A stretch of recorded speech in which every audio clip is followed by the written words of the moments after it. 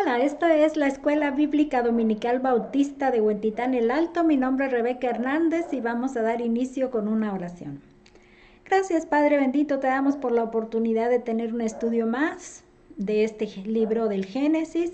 Gracias también por la vida de José, que nos da tantas enseñanzas y nos permite saber todos las formas que tú tienes para trabajar con nosotros como humanos. Gracias, Padre, te damos por esta bendición. Te pedimos tu guía para el aprendizaje de este día. En el nombre de nuestro Señor Jesús te lo pedimos. Amén. Estamos trabajando entonces con la lección de José. Ya estamos terminando su vida en esta lección, pero antes de empezar, voy a invitarles a cantar un himno. Este himno se titula, aquí se los voy a mostrar y nada más para mencionarles, Nuestra Fortaleza, porque precisamente en la vida de José es que vemos ese hecho de la fortaleza que Dios nos da. El canto dice así: nuestra fortaleza, nuestra protección, nuestro fiel socorro, nuestro paladio, nuestro gran refugio, nuestra salvación. Es el Dios que adora nuestro corazón, nuestra fortaleza, nuestra protección. Es el Dios que adora nuestro corazón.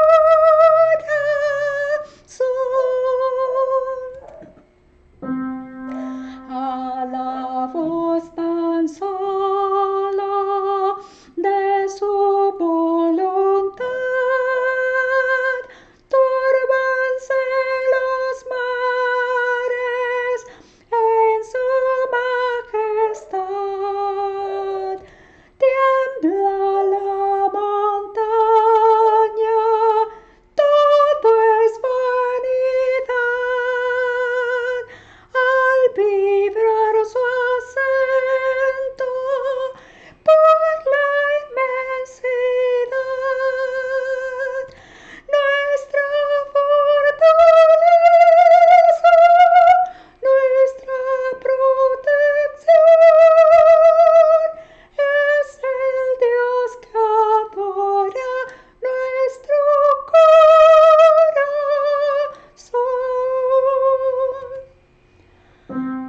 Que otros en sus fuerzas quieran descansar,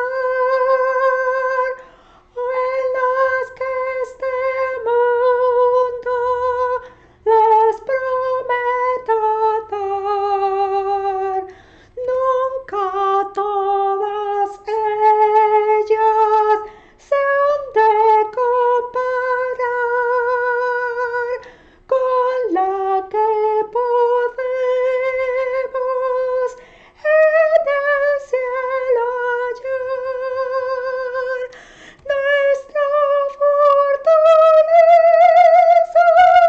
nuestra protección,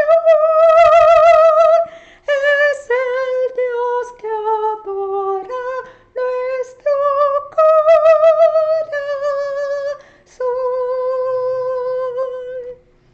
Y entonces vamos a dar inicio con esta lección que es basada en el libro La Biblia por libro, la Biblia libro por libro. Esta sería el material en el que estamos trabajando, los últimos capítulos del libro del Génesis, y esta es la última unidad, la 7, José con su familia en Egipto. Y el versículo clave que tenemos para esta lección, esta no es el versículo clave de nuestra lección, este es el estudio que integra o forma parte de esta séptima unidad, y es el estudio 25 que dice: José traslada a su familia a Egipto. Aquí teníamos el versículo clave que queremos memorizar, Génesis 45:12, dice: aquí vuestros ojos ven y los ojos de mi hermano Benjamín que mi boca os habla. Ese es José haciendo mención a sus hermanos. Este ya es el estudio 26, que se titula José conforta a sus hermanos. En la base bíblica, el contexto bíblico está desde el capítulo 48 hasta el capítulo 50. Esa es la sección que vamos a trabajar en este tema. Y para memorizar, el versículo clave está en Génesis 50:20. Dice, vosotros pensasteis mal contra mí, mas Dios lo encaminó a bien para hacer lo que vemos hoy, para mantener en vida a mucho pueblo. Y para la verdad central tenemos la importancia de saber perdonar. Nuestras metas de enseñanza-aprendizaje tenemos que demostrar, o tú demostrar como alumno, tu conocimiento de cómo José perdonó a sus hermanos, y también demostrar tu actitud hacia el saber perdonar a las personas que te han ocasionado algún daño. Para esta ocasión he tomado, como en otras ocasiones, el comentario de la Biblia, el comentario de Jameson Fawcett Brown, que solo estaría encabezando un título por cada capítulo. En este primer título sería José visita a su padre enfermo, en el 48. En el 49, la bendición patriarcal.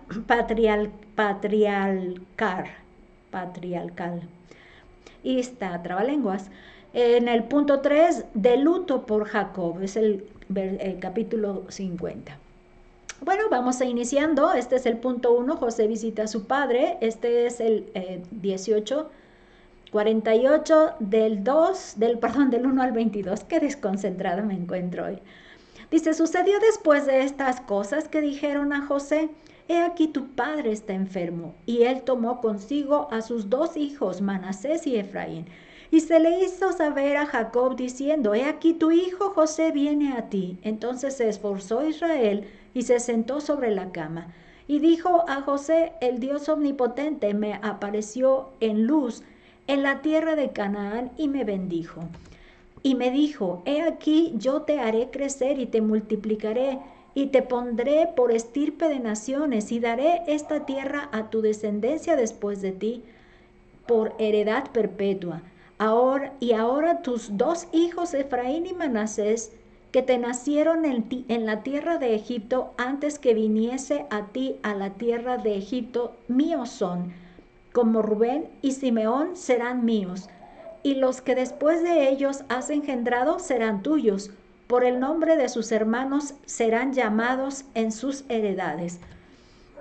Porque cuando yo venía de Padán Aram, se me murió Raquel en la tierra de Canaán, en el camino como media legua de tierra viniendo a Efrata, y la sepulté allí en el camino de Efrata, que es Belén.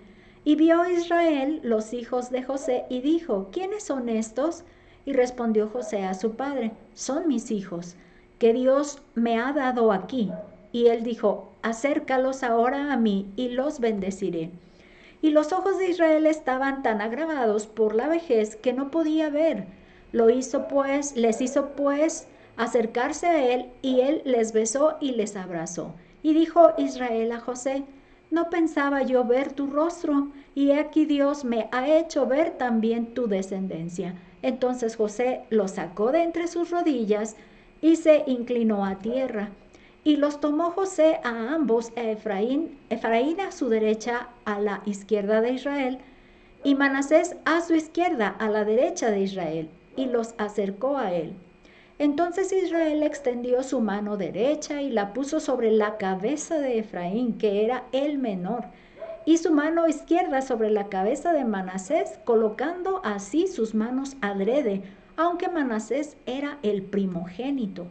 Y bendijo a José diciendo, el Dios en cuya presencia anduvieron mis padres Abraham e Isaac, el Dios que me mantiene desde que yo soy hasta este día, el ángel que me liberta de todo mal, bendiga a estos jóvenes y sea perpetuado en ellos mi nombre y el nombre de mis padres Abraham e Isaac, y multiplíquense en gran manera en medio de la tierra. Pero viendo José que su padre ponía la mano derecha sobre la cabeza de Efraín, le causó esto disgusto y asió la mano de su padre para cambiarla de la cabeza de Efraín a la cabeza de Manasés. Y dijo José a su padre: no así, padre mío, porque este es el primogénito. Pon tu mano derecha sobre su cabeza. Mas su padre no quiso y dijo: lo sé, hijo mío, lo sé. También él vendrá a ser un pueblo y será también engrandecido, pero su hermano menor será más grande que él, y su descendencia formará multitud de naciones. Y los bendijo aquel día diciendo: en ti bendecirá Israel, diciendo: hágate Dios como a Efraín y como a Manasés. Y puso a Efraín antes de Manasés. Y dijo Israel a José: he aquí yo muero, pero Dios estará con vosotros y os hará volver a la tierra de vuestros padres. Y yo te he dado a ti una parte más que a tus hermanos, la cual tomé yo de mi mano, de mano del amorreo, con mi espada y con mi arco. Ok, hasta ahí habla de la posesión que le va a entregar. Este primer punto que vemos es que, siendo José el proveedor de su familia, pues Jacob es el que le encarga la preservación de la descendencia depositaria de la promesa. Algunas de estas frases o comentarios que yo tengo dándole puntos, los estaría tomando de algunos comentarios que he estado tomando, por eso van a ser un poquito más estructurados de alguna manera. Entonces, aquí tenemos algunos comentarios que ahora que ya estoy incluyendo a Albert Barnes, estoy agregando en el estudio anterior. En nuestra primera exposición no tenía a Albert Barnes, ahora sí. Dice: Rubén ha perdido el derecho de primogenitura. La doble porción de la herencia ahora se transfiere a José. Él es el primogénito de aquella que Jacob había destinado a ser su primera y única esposa. También ha sido el medio para salvar toda la casa de su padre, incluso después de haber sido vendido como esclavo por sus hermanos. Por lo tanto, tiene derechos innegables a esta parte de los derechos del primogénito. Fíjense que esta parte también no la había uno atendido mucho, porque es verdad, hubiera sido José el primogénito de su mujer Raquel, a la que él quería como esposa, única esposa, ¿verdad? Entonces Jacob hace remembranza en estas palabras que le hace de la promesa y habla de bendición, habla de multiplicación y heredad. Esta es una parte que hace. Y Albert Barnes nos menciona que esta es la parte que corresponde a Dios. Dice: Dios Todopoderoso se me apareció en luz. De los términos de la bendición recibida es evidente que José se refiere aquí a la última aparición de él aparición de Dios a él en Betel. Me imagino antes de llegar a esta parte de estar en la pérdida pues de Raquel, porque fue casi llegando a Belén, pero Betel está antes, ¿no? Pero bueno, ese es el comentario que nos ofrece Albert Barnes. En el punto 3 dice: Jacob toma a los dos hijos de José como propios para heredad junto con sus otros hijos. Él los deja como propios. En el comentario de Jameson Fosse de Bram nos dice que la intención del anciano patriarca era adoptar a los hijos de José como suyos, dándole así una doble porción. Se indican las razones de este procedimiento en primer libro de Crónicas, 5, versículos 1 y 2. ¿Se acuerdan que en este caso él, al adoptarlos a los dos hijos, hubiera sido solo un lugar, una sección de la tierra para José con José? Pero al tomar a los dos hijos, esto se extiende a dos porciones, y esa parte nos está dando razón aquí. ¿Qué dice primer libro de Crónicas 5, 1, 2? Dice: los hijos de Rubén, primogénito de Israel, porque él era primogénito, mas como violó el lecho de su padre, sus derechos de primogenitura fueron dados a los hijos de José, hijo de Israel, y no fue contado por primogénito. Bien que Judá llegó a ser el mayor sobre sus hermanos y el príncipe de ellos, mas el derecho de primogenitura fue de José. Una cosa es la bendición, ¿verdad? Como como en el caso de Isaac, que quería hacer con su hijo Esaú, quería darle una bendición, ¿no? La que viene de la descendencia y promesa de Dios. Pero aquí esa se queda con Judá, pero la primogenitura por derecho de nacimiento está ahora en el poder de José. Esta es la parte que tenemos. Me llama la atención porque patriarca es una palabra que no se usa mucho en mi forma de comunicación por acá. Entonces me llamó la atención y me investigué en el diccionario en línea, que bueno, viene como nombre masculino, dice hombre que por su experiencia o sabiduría es respetado por un grupo familiar o una comunidad en los cuales goza de autoridad. Esto sería una forma, por eso es que él se le considera un patriarca. Dice, nombre dado en la Biblia a algunos personajes del Antiguo Testamento que fueron jefes o cabezas de una numerosa familia o descendencia. Por eso es que no solo ellos, Abraham, Isaac y Jacob, quedan como patriarcas, sino también los hijos de Jacob, por el hecho de que encabeza cada uno un grupo de familia de descendencia de José y de Jacob. Este sería un comentario de Albert Barnes que nos dice, a tu descendencia, le menciona esto a José, dice, no se nos informa si José tuvo otros hijos, pero todos ellos deben ser contados en las dos tribus de las cuales Efraín y Manasés son los jefes. Estos jóvenes tienen ahora por lo menos 20 y 19 años de edad, ya que nacieron antes de que comenzara la hambruna. Cualquier descendencia posterior que José pudiera tener sería contada entre las generaciones de sus hijos. En serio, si esto no lo habíamos tampoco de alguna manera trabajado en nuestra forma de entendimiento, pero si en todo caso no se registra, porque ya sabemos que la Biblia no tiene la característica de registrar todo y hablar de todo, sino de lo que realmente quiere hablar, simplemente, esto quiero hablar, esto cuento, pero no necesariamente de todo. Entonces cuando habla, dice, tuvieron hijos e hijas, bueno, lo dice, aquí no menciona que tuviera, por lo que no, si llegara a ver, sin haberse mencionado, quedan bajo el liderazgo de Efraín y de Manasés. Esa parte sí nos queda clara. Seguimos entonces, dice, José presenta a sus dos hijos a Jacob y luego de besarlos y abrazarlos, Jacob los bendice.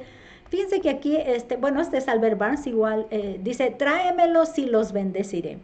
Jacob está sentado en el diván y los jóvenes se acercan a él, los besa y los rodea con sus brazos. Las comodidades de su vejez acuden a su mente.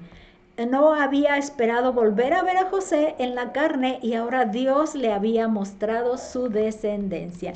Nosotros vemos cómo Dios nos da más allá de lo que nosotros esperamos. Él ni siquiera pensaba que él pudiera seguir vivo y ahora no solo lo ve al vivo, sino a sus hijos. Efraín fue puesto antes que Manasés, aunque no era él el primogénito. Lo que tenemos aquí dice, pero el venerable patriarca, guiado por el espíritu de aquel que obra según su propia voluntad, deliberadamente pone su mano derecha sobre la cabeza del menor y de ese modo le atribuye a él la mayor bendición. La imposición de la mano es una costumbre primitiva que aquí se menciona por primera vez. Entonces es una bendición poner la mano, ¿no? Imponer la mano allí. Entonces cuando tú tocas a una persona, te impones la mano y oras por ella, ¿no? Es de alguna manera bendición. Esa sería cuando se instala un pastor, por ejemplo, esa sería una manera de llevar a cabo esta práctica. Seguimos, dice, ambos reciben la bendición de Jacob, que Elohim los bendiga, andando en su presencia, manteniéndolos y librándolos de todo mal, perpetúe su nombre en ellos y los multiplique en la tierra. O sea, la bendición que él recibió de parte de Dios se la está extendiendo también a ellos. No para ser los de la promesa, pero sí para darles esa bendición. Igual, déjenme ver el comentario de Albert Barnes. Dice, y bendijo a José. Al bendecir a su descendencia se bendijo a sí mismo. Al exaltar a sus dos hijos al rango y derecho de sus hermanos, les otorga la doble porción del primogénito. En los términos de la bendición, Jacob señala primero la triple función que el Señor cumple al efectuar la salvación de un pecador. Esto es lo que le está mencionando precisamente en su bendición Jacob. Bueno, le avancé de una vez aquí al punto 7. Dice: Jacob da a José la parte del campo que compró en Siquem. Estamos recordando que cuando él llega a Siquem, él menciona que tiene que compra un terreno allí, que algo a las puertas de la ciudad, o un terreno allí, que ya lo había olvidado yo, pero sí es verdad, hace esto. Y precisamente Jameson, Fosetta y Brown nos hace el recuerdo. Dice: esto fue cerca de Siquem, en Génesis 33:18. Dice: y es probable que los amorreos, habiéndolo aprovechado durante una de sus frecuentes ausencias, el patriarca, con las fuerzas unidas de su tribu, lo recuperaran de ellos con su espada y su arco. Por eso lo menciona así. Se nos hace raro porque no fue así. Este es el texto que hace la base de ese evento. Génesis 33:18 y 19. Después Jacob llegó sano y salvo a la ciudad de Siquem, que está en la tierra de Canaán, cuando venía de Padán Aram, y acampó delante de la ciudad y compró una parte del campo, donde plantó su tienda, de mano de los hijos de Hamor, padre de Siquem, por 100 monedas. Entonces aquí recordamos que precisamente yo entiendo que de aquí fue donde empezó el contacto con estos dos personajes que al final fueron la causa de la ira que Siquem y Leví tienen, y que por la cual pues los hacen una masacre. Bueno, avanzamos. Ahora vamos a ir a la bendición patriarcal.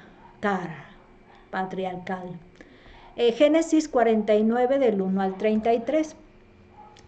Y llamó Jacob a sus hijos y dijo: juntaos y os declararé lo que os ha de acontecer en los días venideros. Juntaos y oíd, hijos de Jacob, y escuchad a vuestro padre Israel. Rubén, tú eres mi primogénito, mi fortaleza y el principio de mi vigor, principal en dignidad, principal en poder, impetuoso como las aguas. No serás el principal, por cuanto subiste al lecho de tu padre, entonces te envileciste subiendo a mi estrado. Simeón y Leví son hermanos, armas de iniquidad sus armas. En su consejo no entre mi alma, ni mi espíritu se junte en su compañía, porque en su furor mataron hombres, y en su temeridad desjarretaron toros. Maldito su furor que fue fiero, y su ira que fue dura. Y yo los apartaré en Jacob, y los esparciré en Israel. Judá, te alabarán tus hermanos, tu mano en la cerviz de tus enemigos. Los hijos de tu padre se inclinarán a ti. Cachorro de león, Judá, de la presa subiste, hijo mío. Se encorvó, se echó como león, así como león viejo. ¿Quién lo despertará? No será quitado el cetro de Judá, ni el legislador de entre sus pies, hasta que venga Silo. A él se congregarán los pueblos. Atando a la vid su pollino, y a la cepa el hijo de su asna.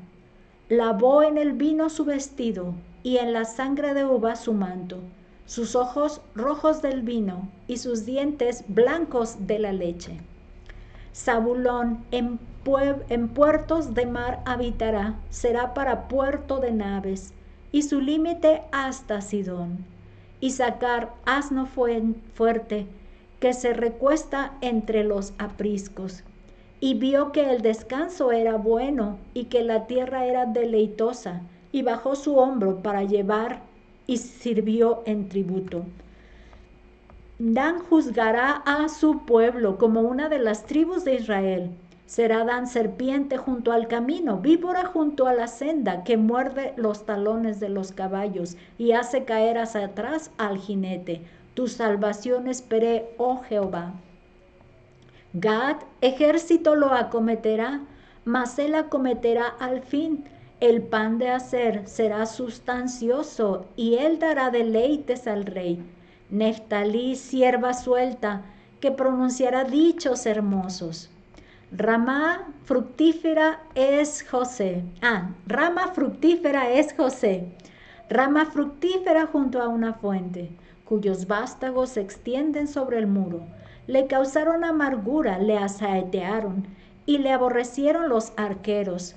Mas su arco se mantuvo poderoso, y los brazos de sus hermanos se fortalecieron por las manos del fuerte de Jacob, por el nombre del pastor, la roca de Israel. Por el Dios de tu Padre, el cual te ayudará, por el Dios omnipotente, el cual te bendecirá, con bendiciones del cielo de arriba, con bendiciones del abismo que está abajo, con bendiciones de los pechos y del vientre. Las bendiciones de tu Padre fueron mayores que las bendiciones de mis progenitores.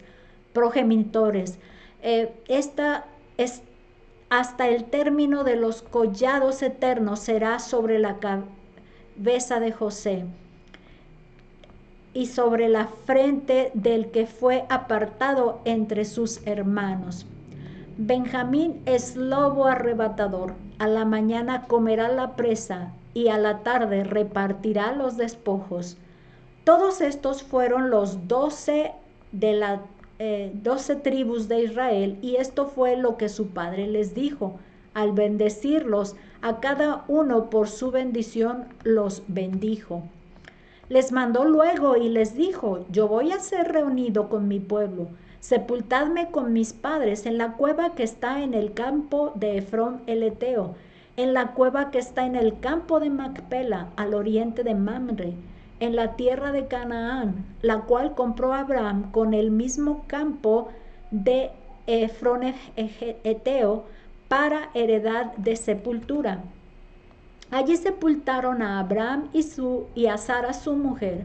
Allí sepultaron a Isaac y a Rebeca su mujer. Allí también sepulté yo a Lea. La compra del campo y la cueva que está en él fue de los hijos de Ed. Y cuando acabó Jacob de dar mandamientos a sus hijos, encogió los pies en la cama y expiró, y fue reunido con sus padres. Este sí ya es una descripción de su muerte. Entonces encoge los pies, expira y entonces es reunido con sus padres. Jacob llama a sus hijos para darle su bendición profética. ¿Se acuerdan que la primera vez que da una forma de bendición profética es con Isaac hacia Esaú? Y luego, a Jacob, que se la usurpa, ¿no? Ahora ya está siendo como una costumbre, diríamos, y ahora Jacob hace una bendición para cada uno de sus hijos. Este es el comentario de Jameson Fawcett y Brown. Dice: no es a los dichos del santo agonizante, sino al profeta inspirado, a los que se llama la atención en este capítulo. Bajo la influencia inmediata del Espíritu Santo pronunció su bendición profética y describió la condición de sus respectivos descendientes en los últimos días y tiempos futuros. Esta es entonces la oportunidad que tuvo él como un profeta realmente. Por ejemplo, aquí ya menciona a Rubén. Rubén le dice: no tendrá más la primogenitura ni será principal por haber dormido con su esposa. Fíjense qué noble. Bueno, como les digo, yo siento aprecio en especial por Jacob porque se le ve nobleza en realidad en su historia. De que nunca le hizo mención nada a Rubén, pero sí no lo dejó encubierto. No le da todo el bien y el derecho que tiene por este hecho de haberse corrompido, ¿no? De haber dormido con su esposa. Bilha dice: subiste a mi estrado, se quiso igualar, ¿no? en la autoridad de padre al estar con la esposa del padre. Dije: hervir como el agua, es una frase que se usa en esta narrativa. Déjenme ver porque ya me fui. Lo que hierve perece al mismo tiempo que es pernicioso. Esto se transfiere aquí en una figura a la naturaleza apasionada de Rubén. No sobresaldrás, es otra expresión que se usa. Aquí hay una alusión a la excelencia de la dignidad y el poder. Por el desbordamiento de sus pasiones impías, Rubén perdió toda la excelencia que confiere la primogenitura. Entonces ahí pues tiene que haber una disciplina ahí, ¿no? Algo que debe tener consecuencia, no pasar desapercibida. Ahora venimos con Simeón y Leví. Tampoco serán principales por causa de su furor expresado en la masacre a los de Siquem. Recordemos que esta ira fue precisamente tanto semejante como la que Caín tuvo hacia a su hermano Abel y que también terminó en muerte. Este es un comentario de Albert Barnes, dice en su consejo, así los refiere a ellos, ¿no? Esto se refiere al complot que formaron para la destrucción de los habitantes de Siquem. ¿Se acuerdan que les dice? Es que tienen que circuncidarse para ser como nosotros y entonces ya podemos intercambiar hermanas, mujeres, para matrimonios. Pero bueno, fue un complot fue algo engañoso. Luego usa el desjarretaron un buey, que de hecho esta parece la forma original de estar, desjarretaron. Y me llamó la atención desjarretaron, no lo incluí en la imagen, pero fui a investigar un poquito. Y resulta que el jarrete es como una pierna de una vaca, que es la parte que exactamente en cuanto dobla el brazo de la pata, es la parte gordita de la parte de la vaca, del buey, en este caso. Entonces yo estaba pensando en que desjarretaron, me imaginaba como carreta, ¿no? Por cómo se oye, carretaron, descarretaron de carreta. Y yo decía, bueno, eso fue las llantas y el buey iba por delante. Pero al parecer esta parte habla de un animal y está hablando de haberles desjarretaron, es decir, quitado el músculo ese, esa parte del buey.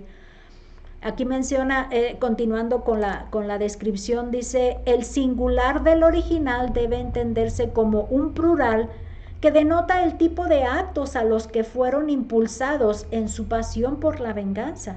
Jacob pronuncia una maldición sobre su ira, no porque la indignación contra el pecado sea injustificable en sí misma, sino porque su ira estaba marcada por hechos de fiereza y crueldad. Esta es la maldición, pero sobre ese enojo, esta fiereza, ¿no? Y crueldad. Seguimos. Judá será principal entre sus hermanos, ellos se inclinarán ante él. Esta es la parte que me hizo resaltar más. Este comentario es de Jameson, Fawcett y Brown, lo vamos a ver. Dice, Judá, una alta preeminencia está destinada a esta tribu. Las citas bíblicas es número 10, 14 y Jueces 1, 2. Además del honor de dar nombre a la tierra prometida, de ella surgió David y uno más grande que David, el Mesías, principal entre las tribus. Y luego menciona, creció a partir de un cachorro de león, es decir, un poco de poder hasta que se convirtió en un viejo león, es decir, tranquilo y silencioso, pero todavía formidable.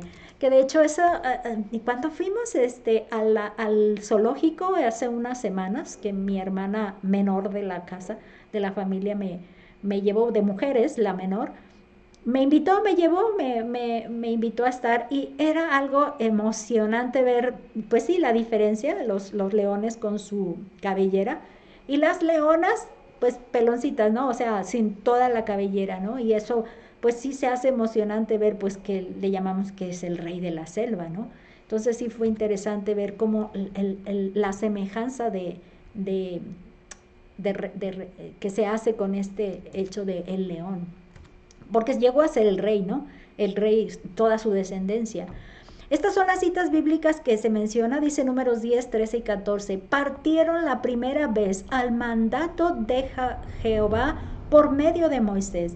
La bandera del campamento de los hijos de Judá comenzó a marchar primero por sus ejércitos, y Naasón, hijo de Aminadab, estaba sobre su cuerpo de ejército. Entonces Naasón es el líder de este grupo de hijos de Judá. Él es. el que lo está ahí, cuando está moviéndose ya con Moisés, ¿no? Porque ya entendemos que ya fallecieron todos los patriarcas. Y en Jueces 1 y 2, aconteció después de la muerte de Josué, que los hijos de Israel consultaron a Jehová diciendo, ¿quién de nosotros subirá primero a pelear contra los cananeos? Y Jehová respondió, Judá subirá, he aquí que yo he entregado la tierra en sus manos. Es otra evidencia o base o referencia con respecto a Judá como el primero en encabezar, ¿no? El ataque y la entrada, el avance también de sus recorridos que hicieron. Vamos adelante con Jacob, dice, profetiza la venida del Señor Jesús como Silo en su descendencia. De hecho, esta parte de Silo habla en su significado de pacificador.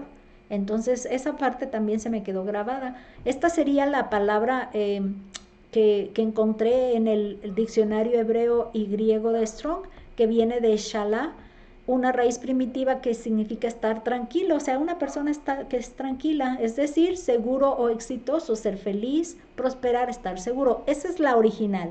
Y la que se deriva es esta, que sería Shilo o Silo, tranquilo, Silo, un epíteto adjetivo calificativo del Mesías. Eso es una de las características que se le otorga a él. En el comentario de Jameson, Fawcett Brown también nos hace mención de esta palabra. Silo dice, esta palabra oscura se interpreta de diversas maneras como el enviado, la simiente, el pacífico o próspero, es decir, el Mesías. Y cuando él viniera, la tribu de Judá ya no se jactaría ni de un rey independiente ni de un juez propio. Este es un comentario que viene desde Calvino. Los judíos han estado durante 18 siglos sin un gobernante y sin un juez desde que llegó Silo, y para él ha sido la reunión de los pueblos. Algo que vamos a entender aquí es que esta profecía específica implica que como venía siendo reyes y venía siendo una nación, cuando empiezan las invasiones, donde ya no pueden quitarse el yugo en este caso ya por último de los romanos, ya tenían ahí, dice, durante 18 siglos ha estado sin un gobernante y sin un juez desde que llegó Silo. Entonces aquí está haciendo mención que en este momento en que ya dejara de tener un rey ahí, este sería el tiempo para poder entrar en escena, dijéramos, en la historia, que de alguna manera lo está trabajando de esa manera, que es su momento específico de llegada. Este sería cuando ya no está Judá en el trono como descendencia del reinos. Vamos adelante. Zabulón habitará en las costas hasta Sidón con naves para el comercio. Para tenemos el Albert Barnes que nos dice Zabulón significa morada, a lo que se elude en la primera cláusula del versículo. En el puerto de los mares es la referencia. Esta tribu tocaba la costa del mar de Cineredo, Galilea. Este es el Galilea. Y del Mediterráneo. Entonces, mar por un lado y Mediterráneo por el otro, ¿no? Esa es la parte que tenemos que ver. Y probablemente poseía algunos puertos para la navegación cerca del promontorio de Carmel. Y su límite noroeste tocaba Fenicia, el territorio de Sidón. Se le coloca antes de Isaacar, que era mayor, porque este último se hundió en una posición subordinada. De alguna forma también es que no está de alguna manera que respetándose o manteniéndose un estricto liderazgo para todos. Aquí Zabulón también se lo salta, ¿no? En cuanto al liderazgo. Entonces el otro como que se hizo cabizbajo, dijéramos, y entonces Zabulón le lleva la delantera. El que se duerme se lo lleva la corriente. Pues la verdad es algo cómico, pero se me hace que se asocia un poco. Isaacar se dedicará a la agricultura, pero buscando la tranquilidad terminará siendo voluntario. Precisamente, fíjense que esta es la característica que tiene Isaacar. Y vamos a ver en el comentario que él prefiere estar en un lugar feliz, o sea, bonito, pero subyugado. Subyugado. Bueno, vamos a ver dice, nota sobre la Biblia de Albert Barnes. Dice, es un asno de huesos, así le llama. Dice, por lo tanto, de fuerza, recostado entre los cercos, los corrales o establos en los que se alojaba el ganado. Descansar en una tierra agradable le parecía bueno y por lo tanto, en lugar de emprender la lucha por la libertad y la independencia, se convirtió como el asno fuerte en un portador de cargas y pagador de tributos. Por lo tanto, en un asalariado por disposición, así como por nombre. O sea que su mismo nombre le estaba haciendo prever cómo iba a terminar su destino en esta situación de nación, ¿no? de territorio, de estado, sus mismos descendientes. Dice, Dan tendrá jueces propios para gobernarse, además de los de las otras tribus. O sea que cuando aquí esta parte no la había entendido hasta que me hizo sentido, el tiempo de los jueces, de parte de Dan hay descendientes jueces, y hubo otros más, pero entre ellos está Dan, y de ahí es de donde hace esa mención. Este es Albert Barnes, dice, Dan juzgará a su pueblo como una de las tribus de Israel. Cuando se vea amenazado por un poder abrumador, desplegará su fuerza nativa para derrotar al enemigo. Algunas de sus características son evidentes en Sansón. En tu salvación he esperado, oh Jehová. El patriarca, contemplando el poder de los adversarios de su futuro pueblo, prorrumpe en la expresión de su anhelante deseo y esperanza de esa salvación del Todopoderoso, por la cual solo ellos pueden ser liberados. Esa salvación es proporcional a la máxima extensión y diversidad de estos adversarios. Esa historia de los jueces nos ilustra perfectamente este comentario, como el promedio más o menos de estar en paz era como 20 años, o había un poco más de otros, pero constantemente era unos subyugados y luego un libertador, subyugados y un libertador, y era un vaivén, ¿no? Esta situación. Y vamos ahora con Gad. Gad tendrá incursiones de sus enemigos, pero él terminará sometiéndolos. Y en el comentario de Albert Barnes tenemos que Gad también estará sujeto a los asaltos del enemigo, pero resistirá al enemigo y hostigará su retaguardia. Este breve personaje concuerda con su historia posterior. Se lo cuenta entre los hombres valientes en las escrituras. La base que tenemos esto está en Crónicas. Vamos a leer la parte de Crónicas 5:18. Los hijos de Rubén y de Gad y la media tribu de Manasés, hombres valientes, hombres que traían escudo y espada, que entesaban arco y diestros en la guerra, eran 44,760 que salían a batalla. Ese fue un recuento, ¿no? De ir sumando todos los que estaban dispuestos para la guerra, pero ahí se menciona esa fiereza, esa valentía de hombres, se les reconoce. Dice, Aser contará, además del pan, con manjares para reyes. Y el comentario de Albert Barnes nos lo refuerza, diríamos. Aser tendrá un suelo abundante en trigo y aceite. Ocupa las tierras bajas a lo largo de la costa del norte de Carmel. Por lo tanto, los productos de su país son adecuados para abastecer la mesa de los reyes. Gad y Aser están colocados antes de Neftalí, el segundo hijo de Bila. No podemos decir si eran mayores o por qué otra razón ocupan este lugar. Puede ser que Neftalí fuera de un carácter menos decidido o autosuficiente. De alguna manera nos está indicando que el que se pone firme para ir a tomar una tierra, pues lógicamente más pronto va a adquirirla, y que pudiera ser que Neftalí no fuera tan atrevido, tan decidido. Esta es la intención aquí. Dice que Neftalí será celoso de su libertad, pero afable y corteses en sus palabras. A lo mejor esto hace malinterpretar que tuviera poca fuerza para conquistar.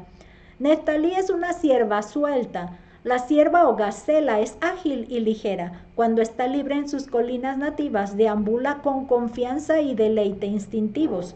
Es tímido e indeciso en el confinamiento. Este es probablemente el carácter de Neftalí. Él da palabras hermosas, es la otra expresión que se habla de él. Aquí pasamos de la figura a la realidad. La elocuencia en prosa y verso era característica de esta tribu en particular. Entonces este era el poeta, ¿no? La parte de una elocuencia es la característica de él. Dice José, aunque atacado, triunfa sobre todo. Será bendecido por el Dios Todopoderoso, el Shaddai. Y con bendiciones de todo tipo. Esa es la parte que menciona, y esas son casi sus palabras. Dice, bendecirá de todo tipo le bendecirá. Albert Barr nos menciona que él dice, un campeón es asaltado por una hueste de arqueros. Los hostigan, lo hostigan, le disparan y en todos los sentidos actúa como un enemigo. Pero su arco sigue siendo elástico y sus brazos están capacitados para doblarlo porque recibe fuerza del Dios de sus padres. Y la menciona así, la fuerza de Jacob, el pastor, la piedra de Israel. Tal es la rica y copiosa imaginación que fluye de los labios de Jacob, la fuerza, el exaltado sostenedor, el pastor, la piedra, el guardián que fomenta, así como el sólido fundamento a su ser. Sus grandes manos sostuvieron a José contra el hermano y el extraño. ¿Quién es el hermano ahí? Pues sus hermanos que lo vendieron. Y el extraño, pues hasta la mujer, ¿no? Y pues el que no lo contó ahí para hacerle mención de él al faraón. Por decir algunas. Benjamín será una tribu guerrera fuerte y atrevida, pero al final no prevalecerá en su totalidad. Aquí tenemos una historia en el futuro donde ellos están siendo exterminados por una conducta reprochable y quedaron solo como, ¿qué? 400 o 600, de los cuales creo que 400 tuvieron esposa para ver que no se quedaran sin descendencia, y creo que 200 las tuvieron que robar, ¿no? Ahí es una historia. Dice, se describe a Benjamín como un lobo que se dedica mañana y tarde, es decir, todo el día a cazar presas. Era guerrero por carácter y conducta. Entre sus descendientes está Ahod, Saúl y Jonatán. Ahod es uno de los jueces. Saúl, pues entendemos, es el primer rey que tiene Israel, todo Israel, y Jonatán es su hijo. Esta sería la referencia del carácter de cazar presas. De hecho, Saúl cazaba presa a David, ¿no? Esa parte es su distintivo en Saúl. Dice que Jacob les manda que lo lleven a sepultar a la cueva de Macpela, en Canaán, para ser reunido con sus padres. Aquí el comentario de Albert Barnes nos hace esta referencia, dice, entiérrenme con mis padres, con Abraham y Sara, Isaac y Rebeca y Lea. Ahora impone este mandamiento moribundo a los 12, como antes había obligado a José con juramento a que lo cumpliera.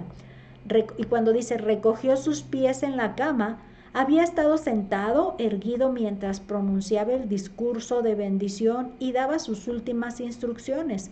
Ahora se recuesta y exhala tranquilamente su último suspiro. Esta sería la descripción ahora sí ya de cómo parte Jacob. Vamos ahora al último punto porque sus hijos están de luto por Jacob y este sería en Génesis 50 del 1 al 26. Dice, entonces se echó José sobre el rostro de su padre y lloró sobre él y lo besó. Y mandó José a sus siervos los médicos que embalsamasen a su padre, y los médicos embalsamaron a Israel. Y le cumplieron 40 días, porque así cumplían los días de los embalsamados, y lo lloraron los egipcios 70 días.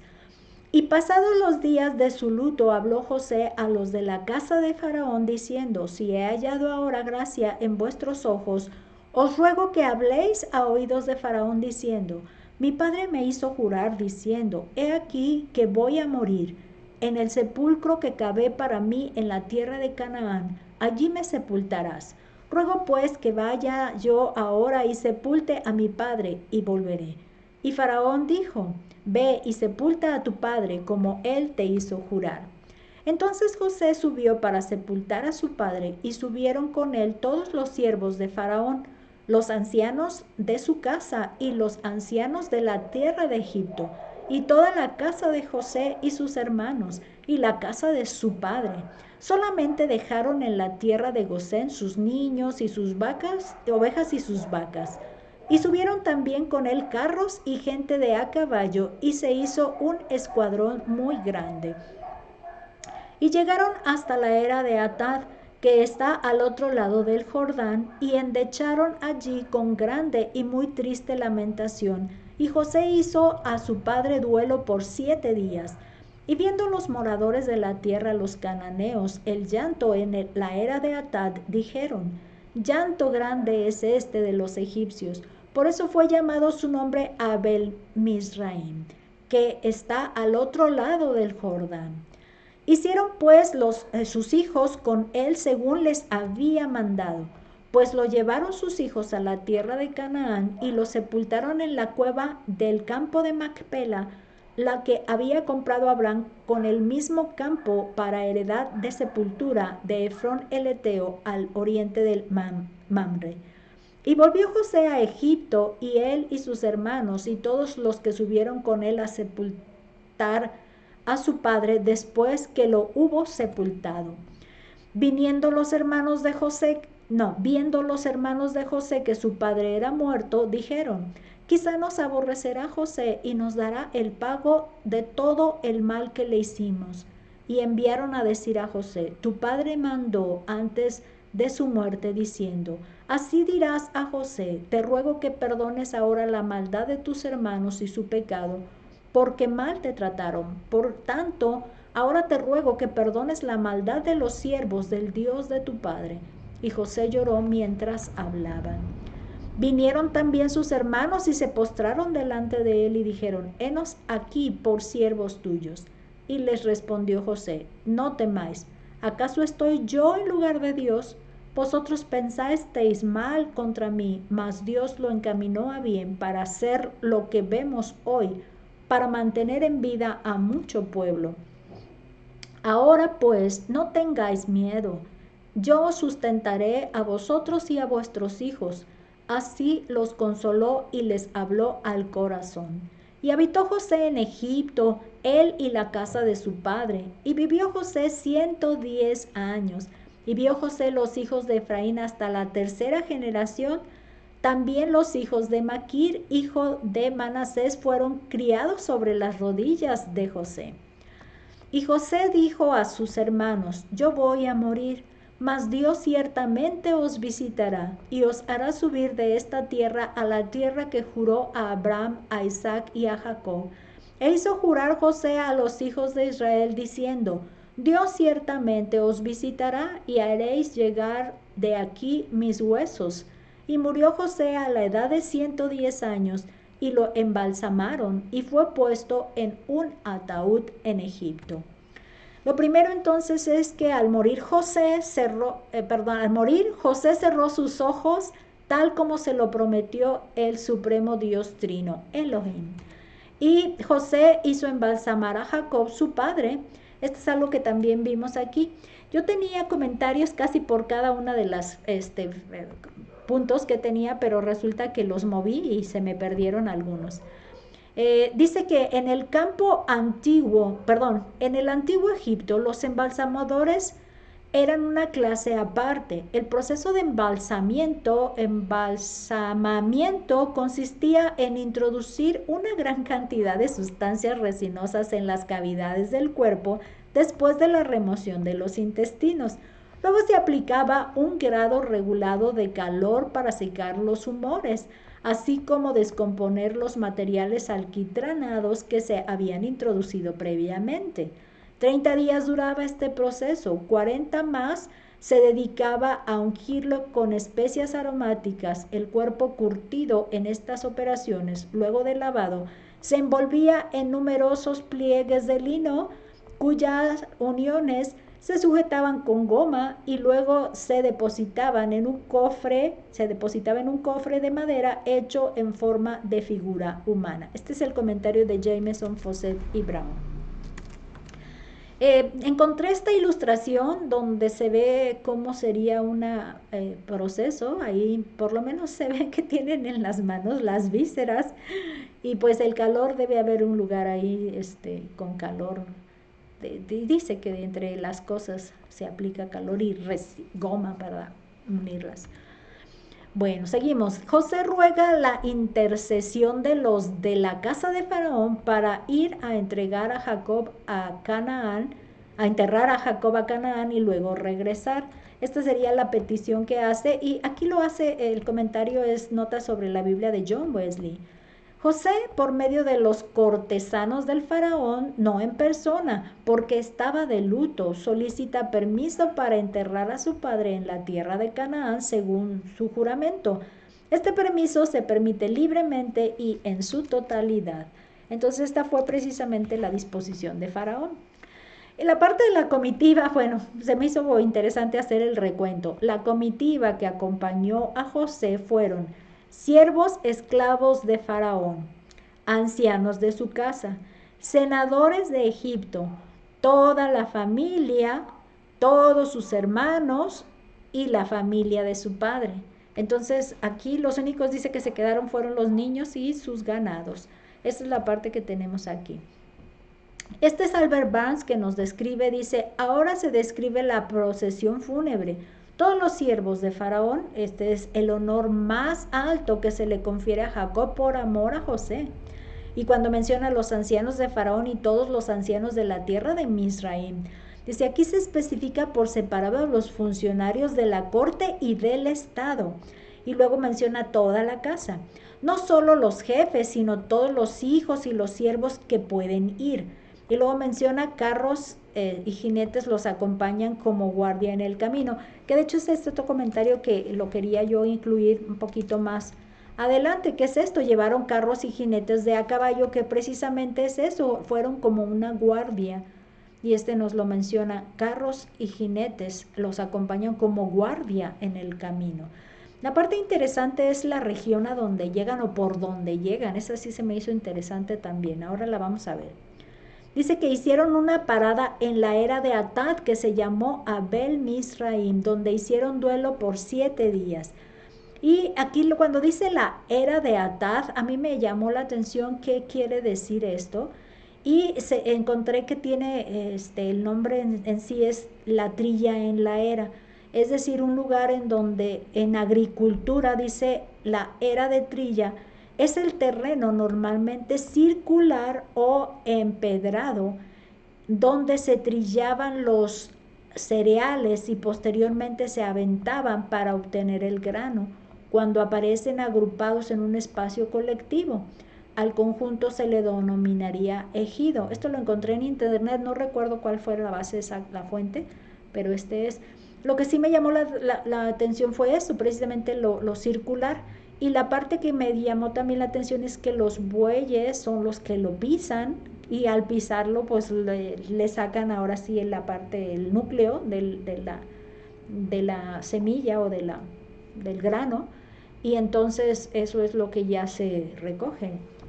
O sea, se avienta para que lo ligero se vuele y se queda ya lo pesado y se recoge. Pero entonces esta es con piedras alrededor, y esta es una era. Esta sería una era de Atad. Tengo este comentario, miren, este es el mapa. Yo les había mencionado en otra ocasión que normalmente el recorrido que hacen de Hebrón vienen así hacia abajo, yendo como por Gaza, yendo como por esta parte. Pero aquí al parecer hicieron un recorrido por atrás, en la parte oriente, al parecer así. Dice que esta es la trilla de Atad, que significa espina, también llamada Abel Mizraim y luego llamada Bet Ogla. Estaba ubicada al este del Jordán, entre el Jordán y Jericó. Esta es la parte de la referencia porque al buscarla, esta me ofrece precisamente el nombre con el que se le llamó y nos da a entender entonces que ellos hicieron este trayecto, llegaron de este lado para llegar este punto de aquí, este punto aquí donde estoy señalando con mi flechita, es Bet Ogla, que sería aquí Abel Mizraim, donde ellos hacen el duelo, que sería precisamente como decimos al norte del mar Salado, Mar Muerto. Entonces ellos tienen que venir hacia Macpela, ¿no? Hacia la parte de Macpela. Exactamente, miren acá, en el cuadro que tenemos acá abajo está Hebrón, donde está la cueva de Macpela. Este es el punto que tienen. Entonces está curioso cómo vinieron de este lado. No sé si pudiera ser por el hecho de ser una comitiva grande, que esa sería la razón. Igual no tengo una referencia. Vamos adelante, dice, ya muerto su padre, sus hermanos temieron que José podría tomar venganza contra ellos. Y el comentario de John Wesley aquí dice, quizá José nos odie. Mientras vivió su padre se creían seguros bajo su sombra, pero ahora que había muerto temían lo peor. Una conciencia culpable expone a los hombres a continuos temores. Aquellos que no quieren tener miedo deben mantenerse inocentes. Qué buen consejo de aquí. Lo que nos dice es que, pues, si no quieres, ¿cómo hace una frase acá nosotros usamos? El que nada debe, nada teme. Cuando tienes una deuda y vienen los cobradores a pedirte el abono, pues estás queriéndote esconder con temor. Bueno, el que nada debe, nada teme. Y luego hay otros que cómicamente dicen, el que nada debe, nada tiene. Por eso es bueno, dicen, endeudarte para tener. Pero bueno, eso es cómico, no me hagan caso. Vamos adelante entonces.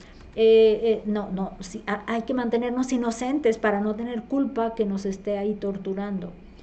En el punto siguiente dice, ponen a su padre Jacob como mediador que aboga por ellos para recibir el perdón de José. Esta es la parte que me hizo recordar que es algo muy común cuando un miembro de nuestras familias fallece. Hay alguien que tiene alguna frase así, es que él decía que se hiciera esto, es que él decía que quería que pasara esto. Y eso es algo curioso porque pues no se puede saber si era cierto o no, porque pues no lo dijo públicamente para todos. Este es Albert Barnes que nos dice, sus hermanos suplican a José que los perdone. Enviaron a José, esa frase que dice enviaron, comisionaron a uno de ellos para que hablara con él. Ahora que nuestro común Padre nos ha dado este mandato, esa es una expresión que les dice, pues entonces, ¿qué hace José? José lloró ante la angustia y la duda de sus hermanos. Entonces él entiende que todavía ellos están temerosos, que todavía ellos están temiendo que haya venganza y eso le hizo llorar, porque no quiere que sufran eso, que tengan dudas. Dice, José no se pone a sí mismo como si fuera el supremo Dios Trino, Elohim, para ejecutar venganza. Él mismo les dice. Sí es Albert Barnes, dice que sin duda los convoca ante él cuando caen ante él suplicando su perdón. José elimina sus temores. ¿Estoy yo en lugar de Dios? Es la frase que usa. ¿Que debo tomar la ley en mis propias manos y vengarme? Entonces él, pues es una pequeña descripción que hace Albert Barnes de cómo sería que estuvieron sus hermanos con él. Dice que José vuelve a confirmarle su perdón, teniendo claro que Dios condujo todo para lograr la preservación de vida de todos. ¿Y cuál es aquí el comentario que nos hace Albert Barnes? Dice, Dios ya los ha juzgado y además ha convertido su acto pecaminoso en una bendición. Él les asegura su bondad fraternal hacia ellos. Entonces les hace bien claro, porque dice, ustedes pensaron mal, pero Dios lo convirtió en bendición. Entonces ahí los hace tener con tranquilidad ya. José les asegura que no deben temer y confirma también su sustento. Este es John Wesley, nuevamente John Wesley dice: no temáis, yo os alimentaré. Observad qué espíritu tan excelente tenía José y aprended de él a devolver bien por mal. No les dijo que se portaban bien, que se portaran bien y que sería amable con ellos si veía que se comportaban bien. O sea, no les puso condición. No los mantendría en suspenso ni parecería celoso de ellos, aunque hubieran sospechado de él. Ellos lo sospecharon, él va a ponerse de esta manera, por eso vamos a pedirle a través de el nombre de la memoria de nuestro Padre, como petición de él. Esa sería la base para esto. Dice que les consuela hablando al corazón. Aquí no sé qué le quité, le estuve picando cosas de pronto y le quité. Dice, les consuela hablando al corazón o con el corazón. Y en John Wesley nos sigue haciendo la mención, dice que los consoló y para disipar todos sus temores les habló con dulzura. A quienes amamos y perdonamos no solo debemos hacer el bien, sino hablarles con dulzura. Entonces, cuando ya les desahogaste el enojo y ya perdonaste, entonces ya perdonando ya le hablas, como dice, con dulzura. Esa sería la parte que está enfatizando aquí. Dice, José vivió 110 años y pudo ver a sus bisnietos, tanto de Efraín como de Manasés, sus bisnietos. Fíjense que aquí me dio curiosidad hablando de que vio hasta dice el texto, vio hasta la tercera generación. Esta vez sí me di cuenta de dónde lo tomé, Wikipedia. Y la pregunta era, ¿cuántos años son una generación? Dice, una generación es toda la gente que nace y vive más o menos al mismo tiempo, considerada colectivamente. También puede describirse como el periodo promedio general considerado como de 20 a 30 años, durante el cual los niños nacen y crecen, se convierten en adultos y comienzan a tener hijos. Este más o menos es cuando hablan de generación. Le dan este promedio de vida por el hecho de que pueden ya ahora sí engendrar una nueva, empiezan a tener sus propios hijos, ¿no? Ese sería más o menos el tiempo de una generación. Y avanzando, esta diapositiva venía un poquito interesante cómo poder hacer esto, pero me hizo aplicar la diapositiva con el punto de que él logró ver a sus hijos. Este es tu hijo, este es el hijo de su hijo, Manasés, que viene a ser su nieto Maquir, y el hijo de Maquir, que viene a ser nieto de Manasés. Y para Isaac, para Jacob, viene a ser el bisnieto. Y en el caso de Efraín igual, su segundo hijo. El hijo de Efraín era el nieto de Jacob, y el nieto de Efraín era el bisnieto de Jacob. Pero bueno, a ver, si de pronto enreda, ¿no? Si no le ponemos mucha atención ahí. Pero está interesante. Pero también tenemos un comentario aquí de Albert Barnes. Dice, la biografía de José está ahora completa. Los hijos de la tercera generación, es la frase que estaba yo resaltando. Dice, los nietos de los nietos en la línea de Efraín. Bueno, de hecho menciona a los de Efraín más que el otro, y yo quizá hice esa confusión, y aquí ya me lo está especificando Albert Barnes. Dice, tenemos aquí una prueba explícita de que un intervalo de 20 años entre los nacimientos del padre y de su primogénito no eran inusual durante la vida de José. Pudieran entonces haber tenido más o menos ese tiempo de edad en que iban a ser padres, el siguiente a 20, 30 años más o menos, 20 años. Por eso él pudo ver, alcanzó a ver, bueno, 110 años, esas generaciones. Pero sí es cierto, especifica más la de Efraín que la de los dos. Y dice, y alcanzó a ver de Manasés el santo. Pero si a Efraín, ¿se acuerdan que le dieron una prioridad de bendición y de extensión mayor? Entonces eso pudiera también ver que estaba iniciando ese proceso de ser mayor que Manasés, pudiera ser. Dice entonces, al morir, José asegura a los hijos de Jacob que Elohim cuidaría de ellos y los llevaría de vuelta a Canaán. Esta parte me hace recordar el enfoque que quisiera darle al cierre de nuestra clase, que es la guía. Cómo Dios guía a su pueblo. Los iba a cuidar y los iba a guiar hasta su destino de vuelta a Canaán. ¿Y cuál es el comentario que nos hace Albert Banks? Dice, José hizo juramento, así expresó su confianza inquebrantable en el retorno de los hijos de Israel a la tierra prometida. O sea que si alguien tenía que mantener esa esperanza viva para que ellos no la perdieran, entonces José la cree y José se las vuelve a reforzar. Entonces él la cree, por eso dice tuvo la fe, creerle a Dios que Él va a volver y los va a llevar. Esa es la parte importante de la fe, creerle a Dios. Dice que José testificó de su fe en Dios y su promesa de darles la tierra al hacerles jurar que se llevarían sus huesos de Egipto. Esta es la evidencia de la fe que él tuvo para esta promesa.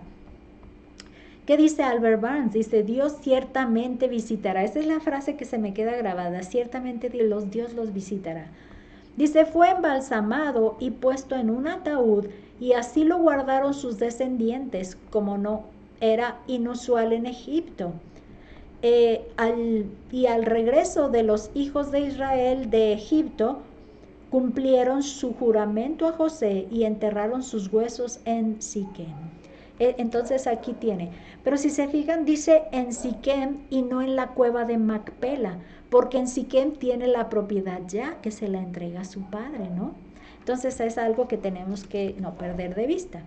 Ok, hasta aquí termina la historia y lo que nos toca ahora es revisar la parte de la tarea, es decir, el punto antes de nuestra lección, que dice, que de hecho, mire, no tengo las respuestas frescas, pero me quedé con los textos que podríamos considerar. Déjenme buscar la hojita que está hasta el final. Nos menciona, relacione el personaje con las características que se dan. Dice que murió a los 110 años, eso lo menciona a Jacob, ¿no? Guardaron por su muerte 70 días de luto, ese fue Jacob. Fue enterrado en Egipto. Nadie fue enterrado en Egipto. Bueno, dice que lo tuvieron ahí bastante y luego ya se lo llevaron. Entonces dejemos a José. Y luego dice, fue enterrado en Canaán, ese fue Jacob porque fue la promesa que les pidió. Y hizo duelo por 7 días. ¿Quién hizo duelo por 7 días? José hizo duelo por Jacob. Entonces, también ahí. Vamos adelante. Dice, escriba la frase del texto bíblico que expresa lo siguiente. Dice, desconfianza en el perdón de José. Bueno, no la necesitamos buscar, solo recordar que dice, pues nuestro Padre nos encargó que te dijéramos, ¿no? Esa es la frase. La siguiente, confianza en las promesas de Dios. Dios ciertamente los visitará. Dolor por la muerte de un ser querido, lloró. Esa es la frase. José lloró, se le arrojó sobre su cuerpo de su padre. Fe en que Dios es el que maneja todas las cosas. Ustedes lo planearon para mal, pero Dios lo hizo para bien. Así lo podemos dejar. Vamos ahora a lo que sería, miren, aquí están todos los textos que tenía dispuestos para esto, pero vamos a las aplicaciones del estudio. Dice aquí primero la necesidad del perdón. Dice, cargar con la culpa de un pecado cometido es semejante a vivir en esclavitud. Vayamos inmediatamente ante aquel que puede librarnos tanto en el cielo como en la tierra. Recordemos que una de las cosas que pasa con un pecado es que primero va contra Dios, porque le desobedecemos y no hacemos su voluntad o su designio de que está bien y que no quiere y está mal, y luego pues con una persona en la tierra, una familiar o un prójimo. Esta sería la parte que dice, por eso Dios nos puede librar tanto en el cielo como en la tierra con el perdón.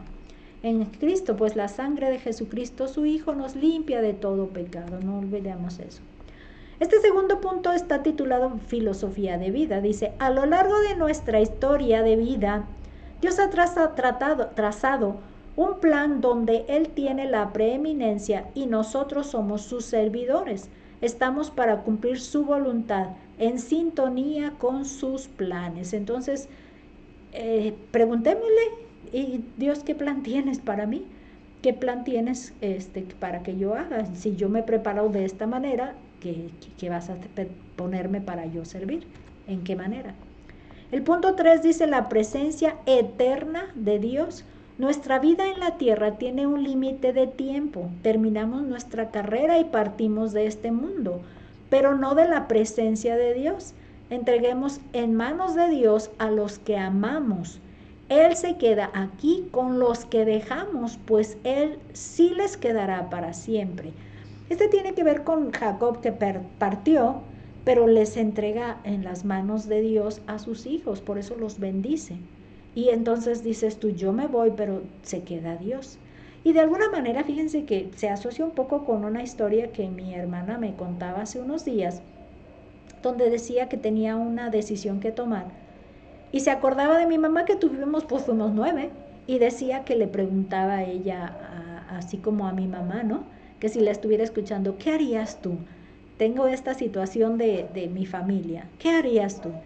Y yo me quedé escuchando y cuando pensé dije, bueno, mi oración con mi hermana es decirle, Dios, háblale tú. Mi mamá ya, gracias que nos la prestaste y ya la tomaste ya para llevártela a tu presencia, pero tú estás acá, háblale tú y dile lo que ella necesita saber y entender para tomar esta decisión con sabiduría. Entonces ahí sí me hace relacionar esa anécdota pues de la vida. Esta ya es la prueba final, si se acuerdan, la diferencia que tiene con la tarea es que nos hace saber qué relación le voy a dar a mi vida personal. Y bueno, no necesariamente vamos a poder contestarla, pero sí vamos a poder hacer la referencia de, a ver qué comentario tiene. Dice, ubíquese en el lugar de José y piense, ¿cuál habría sido para usted la parte más difícil de perdonar a sus hermanos? Entonces habla de una experiencia de haber, mi hermano. Y si de pronto en la familia sucede algo así, que estamos altercados con alguien de la familia y nos cuesta mucho trabajo, por cosas pequeñas quizá, o cosas fuertes quizá, pero sí dentro de la familia sucede, no es algo de la que no sucede en la tierra, en la tierra, como decía, en el Edén, ¿verdad? No sucede en el Edén, este es el Edén, no sucede. Sí sucede, sí sucede. Vamos al punto 2. Dice, hago una lista de por lo menos 4 mandamientos contenidos en Romanos 12, del 14 al 21, que cumplió José al perdonar a sus hermanos en forma auténtica. Creo que sí tengo este texto. Déjenme ver porque está interesante ver qué referencia le está dando, ¿verdad? No lo puse. Entonces, bueno, va a ser tarea personal para no darle esta vuelta. Voy a la hoja del libro. Y vamos a ver los 4, dice 4 en Romanos 12, del 14 al 21. Y luego la parte final acá, dice, señale en la lista anterior por lo menos 2 de esos principios que le son difíciles de aplicar. Comprométase a pedirle al Señor sabiduría y poder para integrarlos a su vida y darles un uso correcto. Entonces es nuestra tarea personal, donde son 4 puntos, de los 4 tomar 2 difíciles y decir, Señor, ayúdame, esto puede. Y nada más hacerles la misma mención. Dice, hemos llegado al final del libro de Génesis y vamos a empezar a tomar, bueno, habla de repasos de verdades principales, pero vamos a ir ahora a Mateo. Este es el siguiente libro que vamos a trabajar en lo que sería la segunda parte de este primer libro de la Biblia, libro por libro. Estamos todavía en el primer libro, pero vamos a ir por Mateo, el Evangelio de Mateo. Ya para terminar, les voy a pedir que cantemos un himno, o vamos a orar primero. Vamos a orar y luego ya vamos a cantar el himno para despedir. Vamos a orar. Gracias te damos, Padre Santo, bendito, porque podemos estudiar el cierre de la vida de José, de Jacob, que también ya está registrado el fallecimiento de él. Te damos gracias, Padre, porque tú le diste esa vida de 130 años. Gracias te damos porque también le diste esa visión de profeta para saber el futuro de sus hijos y cómo les iba a acontecer. Gracias te damos porque como padres permites la bendición hacia los hijos. Te agradecemos este bien que recibimos a través de nuestros padres cuando nos bendicen. Pero también te agradecemos, Señor, el que tú tienes una promesa para nosotros de mantenerte con nosotros todo el tiempo. Dice que aquí yo estoy con vosotros todos los días hasta el fin del tiempo. Y te pedimos y te agradecemos pues que así se haga con nosotros. Te pedimos tu guía y que nos ayudes a llegar a tu presencia, sabiendo que esa es la meta final, llegar hasta el tiempo en que tú nos llamas y estaremos ya en tu presencia. Guíanos en este siguiente tema de Mateo, porque hay enseñanzas que tenemos para asimilar y poner en práctica. Te agradecemos y te pedimos todo esto, Padre, en el nombre de nuestro Señor Jesús. Este siguiente canto que quiero compartirles que pudiéramos cantar es el de Me guía Él.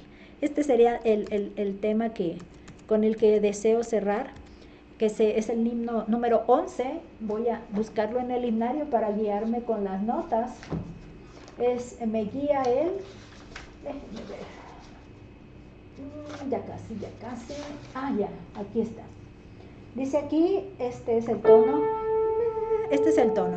Y como dice, me guía Él con cuanto amor, me guía siempre mi Señor.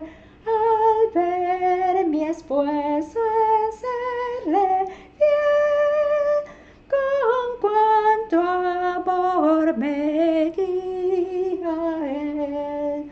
Me guía Él, con cuanto amor me guía Él. No abrigo dudas ni temor, pues me conduce el buen pastor.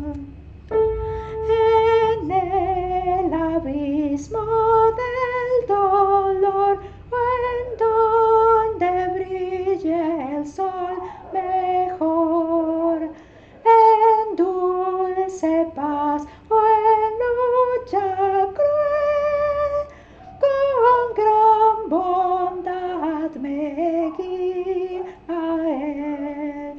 Me guía Él, con cuanto amor me guía Él. No abrigo dudas ni temor, pues me conduce el buen pastor. Tu mano quiero yo tomar, Jesús, y nunca vacilar, pues solo a quien te sigue fiel se oyó decir me guía Él. Me guía